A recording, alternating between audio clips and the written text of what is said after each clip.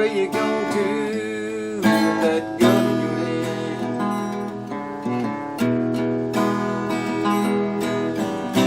hand? Hey Joe, where you going to now with that gun in your hand? I'm going down to shoot my old lady. You know I caught her messing around with another man.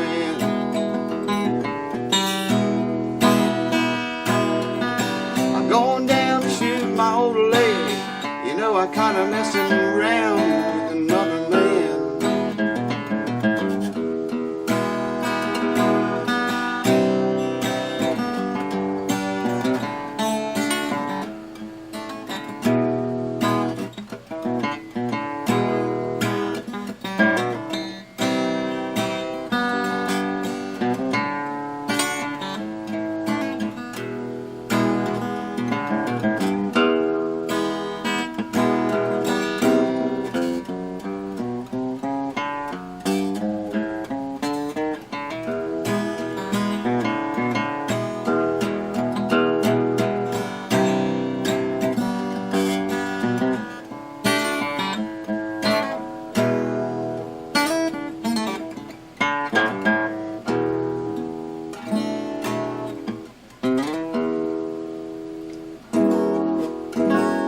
Play these strings, baby. Got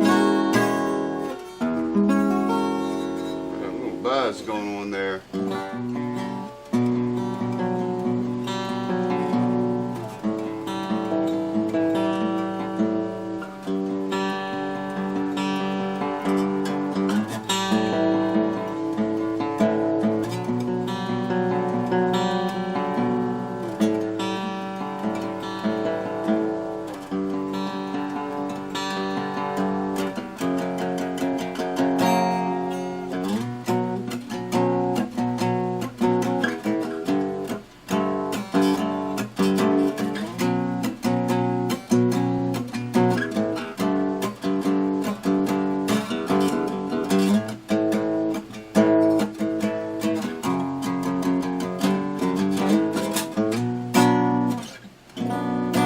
That was a song I tried to play before we enlarged the sound hole, so maybe you can compare that in the intro video of this guitar. I think it was. Well, I don't know what that song is.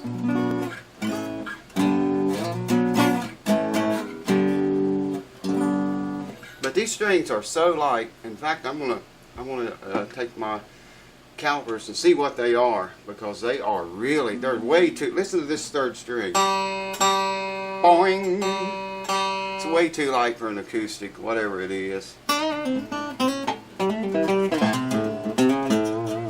They all are, and it gives it a twangy, funky sound. I think the guitar might actually sound pretty good with a little heavier strings on it than this. But I want to do a little video and play it as well as what little bit I can.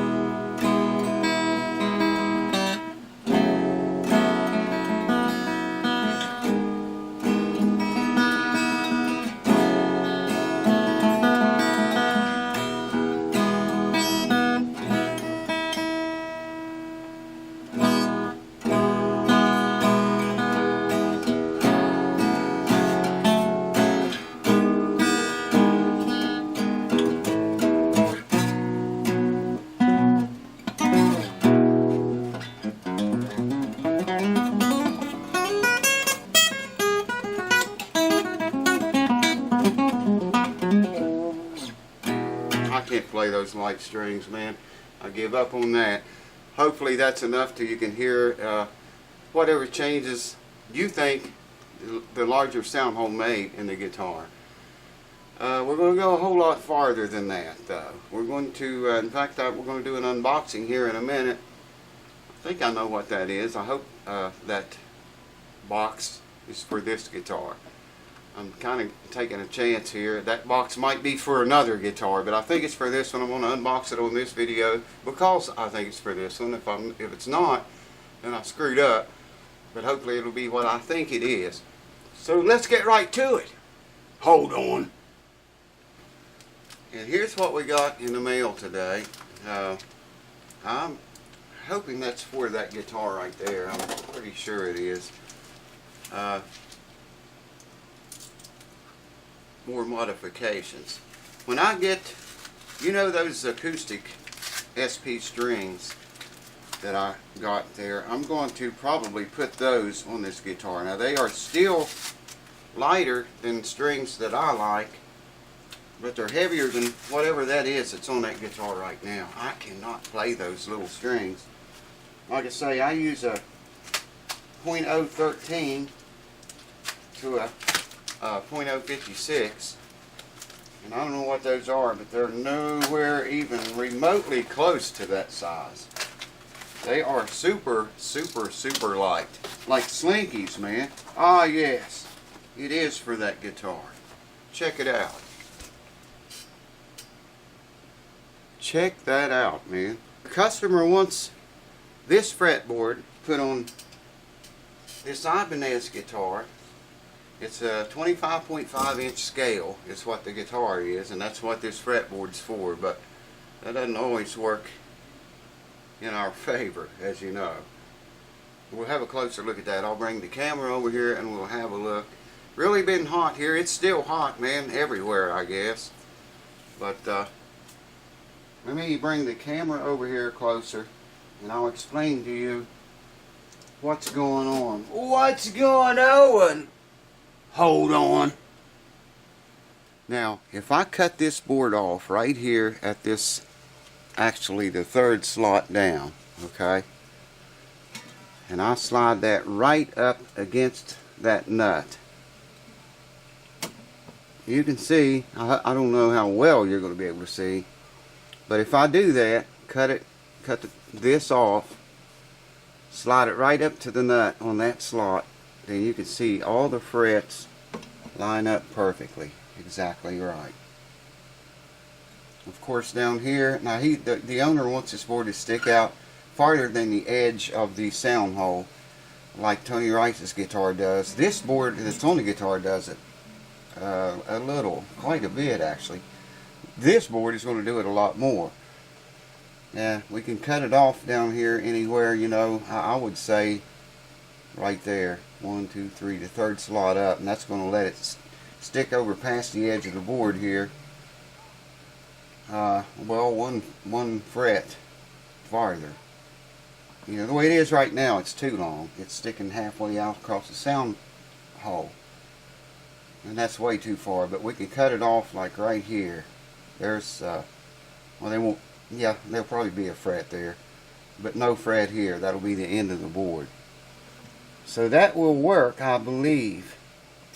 You can see this board, this new board, is 1/4 inch thick, and I measured this one, but I can't remember what it was now. Yeah, I got to take this new one way down. It's way too thick the way it is right now, so I got to take that down, and obviously got to cut the width of it down, because it's way wide even down here at this end. And a couple of things I might point out here if I can find them again. There's a tiny, I don't know if the camera will get this or not, but there's a tiny crack right here. You can see that. It starts about right there, comes all the way down, and ends right there. It's not completely through, and it's not all that bad, but it's definitely not good. Not something you'd want to see in a brand new fretboard. But like I say, it's so thick, man. It's 1/4 inch thick. By the time I take it down to whatever this was, I forget. Man, wish I could remember. It's been several days since I measured this one, but I got to get those measurements. And then, you know, by the time I sand that, well, I'm not going to sand it much off of this side, obviously, because the slots are there. I have to take it off of the back, which is just beautiful. No cracks anywhere. Maybe a little one there, but it's not bad. But yeah, man, I can't remember the thickness of this fretboard. It's on the guitar. Anyways, this is 1/4 inch thick. The new one is 1/4 inch thick, and it's got to be brought down to whatever this one is exactly. And of course, like I say, the width of it, it's got to be. What I'll do is this: I'll take this old fretboard off, okay, heat it up, take it all off. I have to go all around the all around here with an X-Acto knife, and down in here, I think it's in the camera, yeah, we're in it, with an X-Acto knife, and cut the finish, break the finish loose. So we got to come down both sides and break that finish loose from the fretboard, all around the fret extension, break the finish loose, and then I'll heat it like we did on the Guild guitar, Guild F50 I think it was. Same thing, I'll heat the whole thing up and take it off, and then I'll use that old board to profile this board, and that way I can get the proper thickness, proper width. I'll have to fret it once we get it cut down, and the guy wants white binding like Tony's guitar all the way down around the end of the fretboard here and back up the other side. So a couple of options I have there. If I have binding enough, I can measure the binding, how thick the binding is, and I can allow for that much space on each side of the fretboard for the binding to go, so it will be even, you know, flush with the neck. Or I can profile this board from that one exactly, glue the board on there, and then route a channel out all the way down the side of the board here and back here, and then all the way down this side. Route a tiny channel, the same, just thick enough. Like I say, it depends on the thickness of the binding I use. I don't know what all I've got. I'll have to look through it and see. But I don't know which way I'll go on that exactly right now. I probably will profile this new board from that one, take that one off. So that's probably what you're going to see me doing next, or close to next, is taking this board off and then profiling this one. And if I got the binding here, enough of it, I'll measure the thickness of it and probably, you know, take that much more off to allow the binding, you know, on each side of this board after I profiled the board, got it the right width and length and all that crap. So I don't know if that all made sense or not, but believe me, in the end it'll all be good. It'll all work out and be all right. So yeah, baby, new fretboard, no inlay, no fret markers, nothing, man. Just new fretboard. I think it's going to look pretty decent on there. Get an idea of what it'll look like. It's awful. See how long that is back here. It's going to clear out of the camera, I think. Or maybe not. But like I say, up here, it's got to go. It's got to start right there. That lines up all of the frets. I can set the board flush again, the nut right there, and it's perfect, man. Now I can come up here 1, 2, 3 and cut the board off right there, and then we put the white binding around it, fret it first of course, and route it, and it's going to be a big job. It's going to be a huge major job, but that's what it looks like up close. Hold on, I'm going to get the calipers and see what these damn little strings are. Man, they are light gauge. Holy shit. That's a 9.009, probably a 46 or 48 here. 48. Now you probably can't see that. 48. We're showing 49 now, but we're showing 50 there, but it's a 48 is what it is. 47. And a 9. 9 to 48. That's a super light gauge string for acoustic guitar.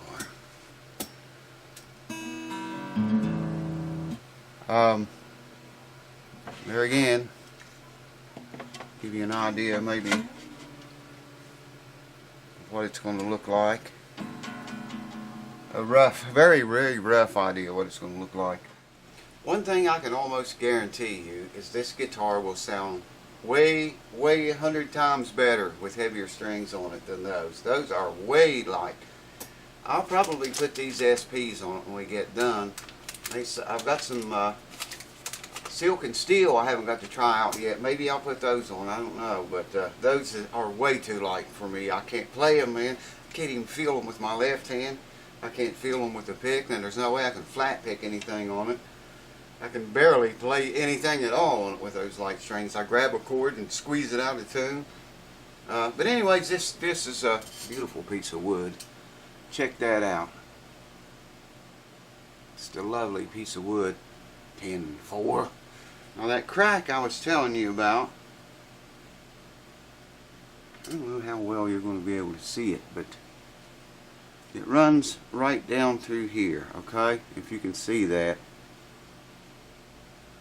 Try to get different light angles on it so maybe you can. But dig this. This is, look at the last fret slot. Now I'm going to try to hold it in the middle because I got a wide angle lens on there. If I hold it off to the side, it's probably going to look funky. You know how wide angle lens, it just fucks things up. That's probably would fuck that up if I hold it out here. So I'm going to hold it in the middle. And look at this fret slot, the very last fret slot. Don't look to me like it's square with the end of this board. We're going to be cutting all this off anyway, about the third slot, so it won't matter. But you know, someone buys a fretboard like this, that's off, man. And it shouldn't have no crack in it like that. I wouldn't think. If I was making fretboards and selling them, it'd be a little better quality than this. But from the fret slot to the end of the board's what I'm talking about. It's wider at this end than it is at this end. Now, I can see it, you know, without even measuring it. I think I am going to measure it and see how much difference it is. It doesn't really matter because I'm going to be cutting it off anyway, but still, man, you know, that could bring up the argument, well, are all the frets slots sideways, you know, not square with the board? They look okay, all of them except that one, but it's just a tiny little bit. Let me hold it this way, maybe you can see it better. Try to keep it in the center of the screen as I can. I can see it plain as day looking at it, just looking at the, you know, holding it out like that, looking at it. And it makes me wonder if every one of those slots are turned a little bit, not square, you know, with the board. They look okay up here, but I don't know. I'm going to do some measurements and look into this very much deeper because I don't like that. That's just, like I say, I can see that. I can see it down here. Look at it again. Hopefully the camera will get it. If I get up here too close, I'm going to lose the light. It's wider from the fret slot to the end of the board on this side than it is on this side. Can you see that? So anyways, we can use it. I think the thickness, I got to measure the thickness of this board that's on the guitar again. And like I say, what I'm going to do is just peel it off. And you can watch me do that. I'll video it all if you want to see it. And I'll profile this board from that one. And then probably decide if I'm either going to make this board narrower or exactly like that one, glue it on and then route it out around here for the binding. I don't know yet. It's going to be a long road. I know that. It's going to be a long job on this. It's going to take several days. You know, I don't have the tools a lot of these guys have. If I did, I could probably really impress your ass if I had the tools that some of these people have. But I don't. I'm very limited. That's another reason the support button's up there. Hint, hint. So I can get more tools, man. Always need tools.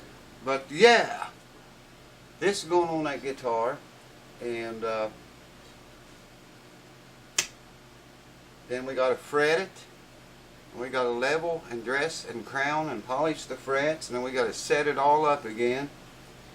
And I'm going to recommend to the owner, if he's going to go this far and spend this much money on this guitar to make it look like Tony Rice's guitar, he might as well get a pick guard, the teardrop shaped like pick guard, do away with this and put a Martin style pick guard on it. I don't know what I would even change the bridge and put a Martin style bridge on it. But you know, there again, you're running into some considerable bucks. He already is with his guitar.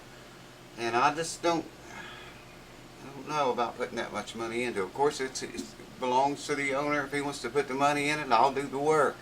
If that's what he wants. I think he ordered new keys, tuning machines, Waverleys, I believe. It's what he was looking at. I don't know if he ordered them or not yet, but you know, like I say, if I was going to do all that and spend the money, there again, like I said on another video, if this was mine, and I was going to change the board, the fret board, I would go ahead and put a two-way truss rod in there. Why you got it apart, you know? It's probably a one-way rod, I'm almost certain it is. Go ahead and stick a two-way truss rod in there while you have it apart, you know what I mean? And it'll help you that much more in the end. But I have to take an X-Acto knife. I'll start right here, go all around breaking this finish here, you know, between the fretboard and the neck. Same thing on the other side. Same thing under the fretboard extension, both sides of it. So I can get a knife in there, or a tool in there, without cracking the finish or doing any damage to it. That alone is a very slow, long process, because you just got to sit down under magnification and go over that really carefully. Separate it so it doesn't mess the finish up when you go heating on that board, pulling it out. Of course, frets can come out, inlays can come out when you start applying that much heat, but that's okay, because we're not even going to use that fretboard. But that's what's to come, folks. So keep it here, because I'm telling you, it is going to get really, really interesting. This is going to be a major facelift for this guitar. Like I say, I'll talk to him about the pick guard, see if he wants to do that, maybe mention the bridge to him. If he wants to put the money in it, I'll put a Martin bridge on it. And whatever else that we decide. But I don't know, I just...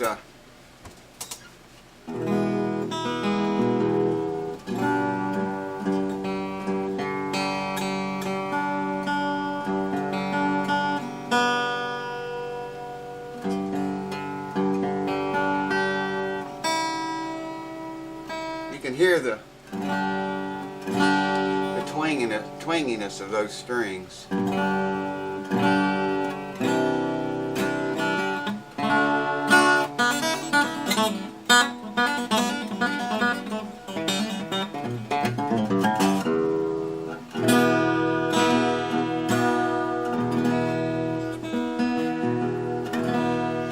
It seems to have more bass now than it had with a little hole in it. I don't know if the camera's getting it or not, but right here where I am, it sounds to me like it has more bass.